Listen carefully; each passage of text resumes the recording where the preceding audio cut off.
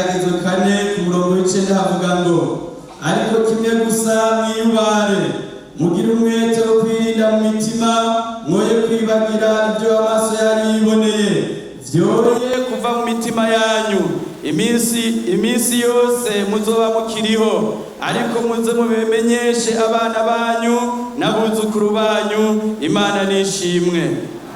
Imana yo mwijuru uweranye n'amahoro y'amasaha naya ndi imbere y'umugeni wawe urazi ko ntazi kuvuga kandi urazi ibyo twavuganye muri ya masaha. Ngwino rero usobanurire umugeni wawe umwanya wose ngiye kumara hano kubwiza rya Yesu Kristo Munyanazareti.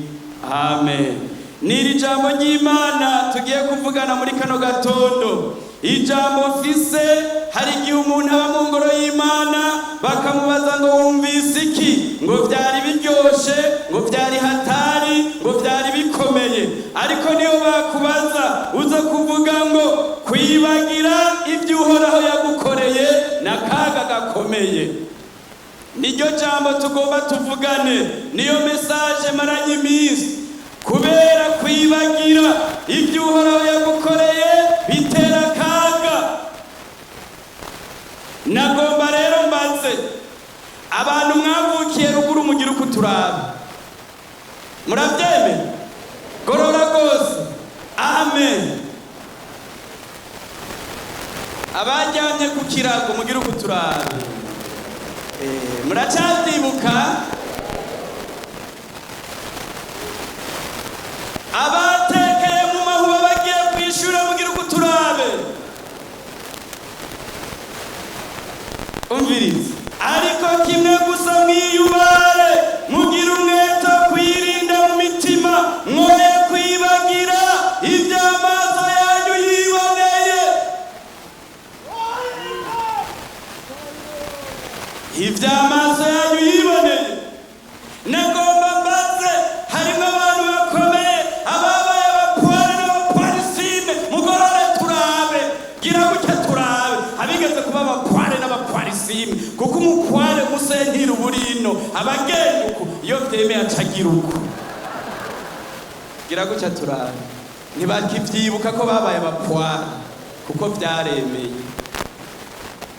Ariko Bibiliya imbwiye ngo iyo umuntu yibagira n'icaha gikomeye. Nagomba subira mbaza ikindi kibazo ca nyuma. Abantu mwatereye urujogi hano ku Ntahangwa muhaguruke turabe. Bavukiye aha mu buryo bw'umubiri se na nyina babavyariye aha muhaguruke.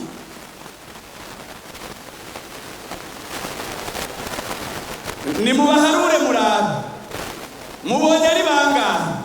1 2 3 4 11 na 2 sawa na okay nibashika 30. Hari Imana yakoze kugira ushike aho wicaye. Hari Imana yakugwaniriye kugira ushike aho uri. Abantu banga kwibuka ibyo Uhoraho yabakoreye. Ivy'iwanyu ntabyo nzi ariko ndaza kwivuga ko hari impamvu naje sinamye nganuku ni kubw'ubuntu bw'Imana. Imana ihabwa icubahiro. Umviriza akaga ko kwibagira n'icaha gikomeye, n'icaha kibi n'agasembe gakomeye. Bibiliya imbwiye ngo umviriza ibyo amaso yawe yiboneye. Abisirayeli baribagira ibyo Uhoraho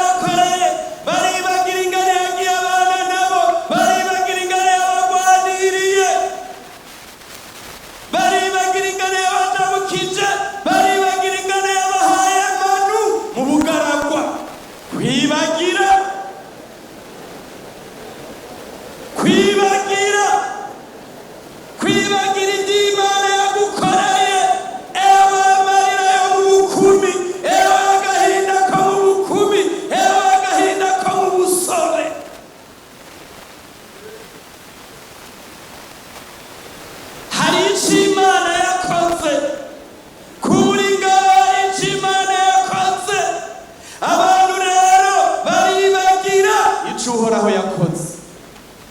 Umviriza, hano hepfo havuze ngo ariko muzamumenyesha abana banyu n'abuzukuru banyu. Iyo mwahoze, iyo mwaciye ingana byagenze, muzamubimenyesha abana banyu ibyo uhoraho yabakoreye, ko ari bikomeye, ko ari bihambaye. Umuntu agomba kukubwira ibyagezemwo. Oya, bwira, shingira intahe icyo Kristo yakoze, icyo yagukoreye, aho yagukuye, aho yagukuye. Umvise, nagomba twongere kayandi majambo hariya muri Yesaya 59 muri Yesaya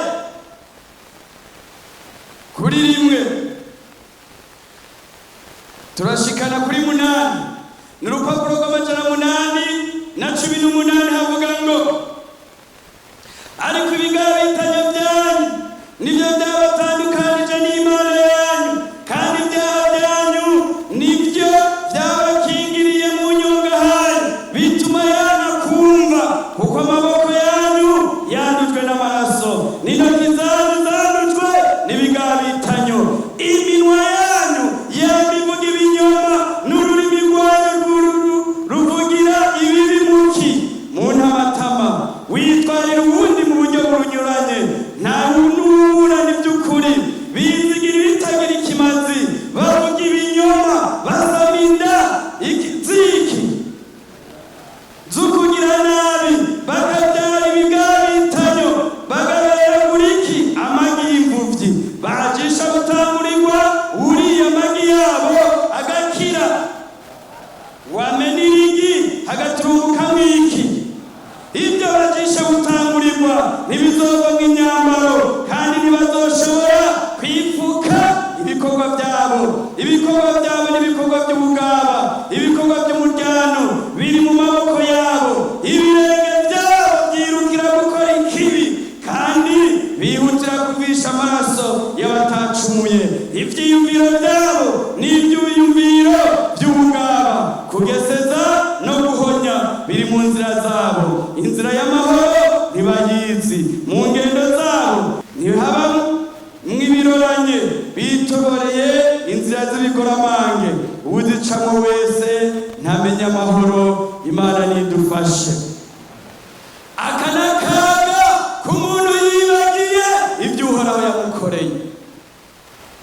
Abandi baribagiye ibyo uhoraho yabakoreye, hageze no ku rwego ibyaha babijya bwa mutsima.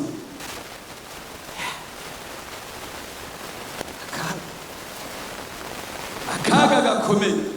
Umuntu ukamurondera mu imbuto y'Imana ukamubura, umuntu ukamurondera mu gakiza ukamubura, umuntu akibagira ngene uhoraho yamukuyemo ibisigo, ingene uhoraho yamukuyemo ibisigo, ingene uhoraho yamukuyemo bya bindi uzi nawe.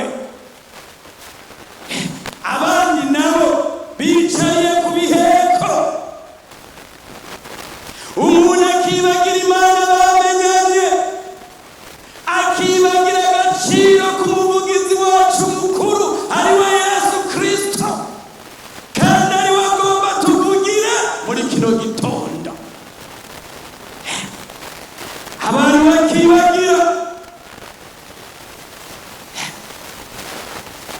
Umviriza, twongere ku wundi murongo. Erega handiko ndagenda nteraje imbere. Twongere ku wundi murongo uri muri Yeremiya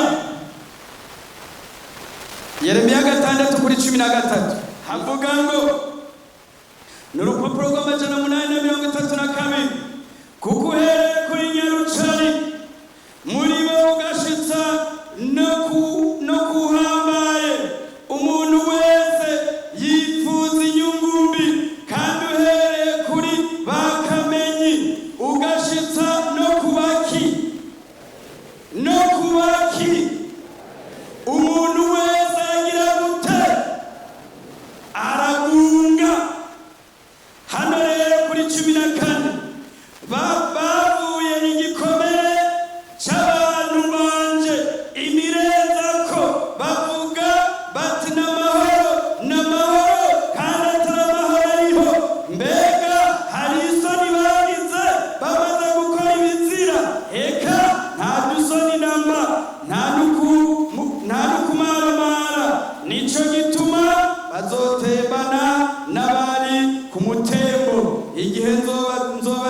bamenya bazogwaho nije uhoraho ngize gute mbivuze.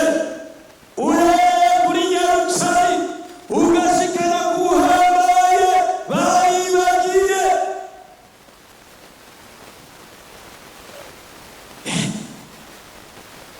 Barakunze Imana.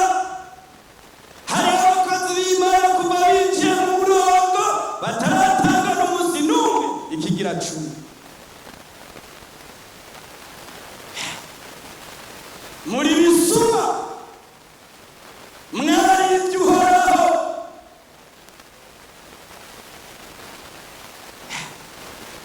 Umviriza, umuntu wese yifuza inyungu mbi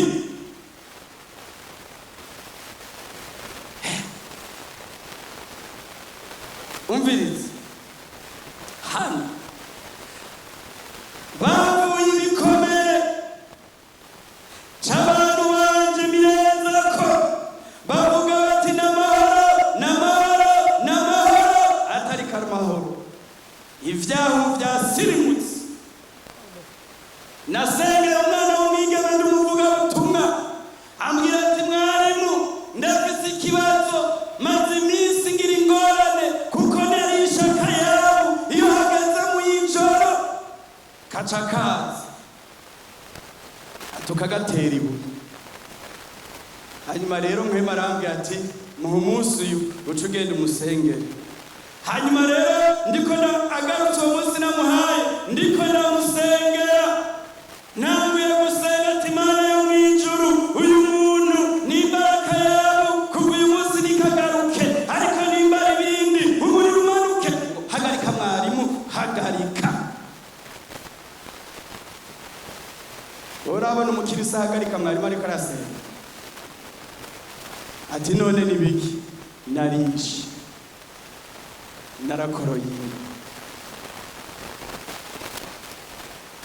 Umviriza, hari igihe abantu bavuga iby'ijuru, hari igihe abantu baririmba iby'ijuru, hari n'igihe abantu bavuga iby'ibitsiba. Ibyo ni iby'iwanyu. Niyo nagirirwa ubuntu n'Imana nkaseruka imbere ya Data nkagomba nkaba umuzamu wo mw'ijuru. Ushitse ukambaza ati Imana irihe? Iteramiye hariya. Yesu arihe? Nguriya. Yakobo arihe? Nguriya. Abera barihe? Ngariya.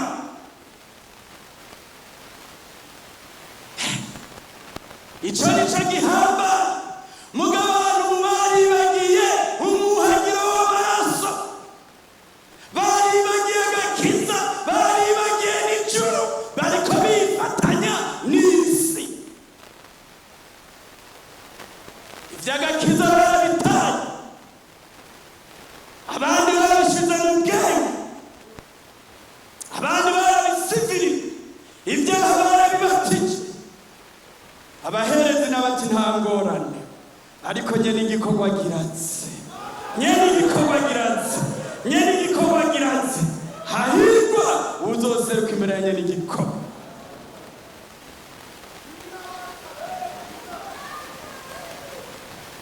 Umviriza, turangiriza muri Ezekiyeli. Ezekiyeli 3:3 kuri 9. 3:3 kuri 9 havuga ngo ni urupapuro rw'amajana 936 havuga ngo 3:3 kuri 9 havuga ngo yamara ntiwaburira umunyabyaha iby'ingeso ziwe ngo ahindukire azivemo nawe ntahindukire ngo azivemo azopfira mu bigabitanyo byiwe ariko weho uzoba ukijije ubugingo bwawe. Nuko rero mwana w'umuntu ubarira ab'inzu yo kunama uti musigaye muvuga muti ibicumuro byacu n'ibyaha byacu biri mu mitwe yacu kandi duhoromereye muri byo. None twoshobora dute kubaho? Ubabwire uti ndayigora kwanje ni ku mwami wahagize sinimbaga nuko umunyabyaha apfa atari uko yohindukira akava mu ngeso ziwe akabaho. Enda nimuhindukire mugaruke muve mu ngeso zanyu mbi. Niki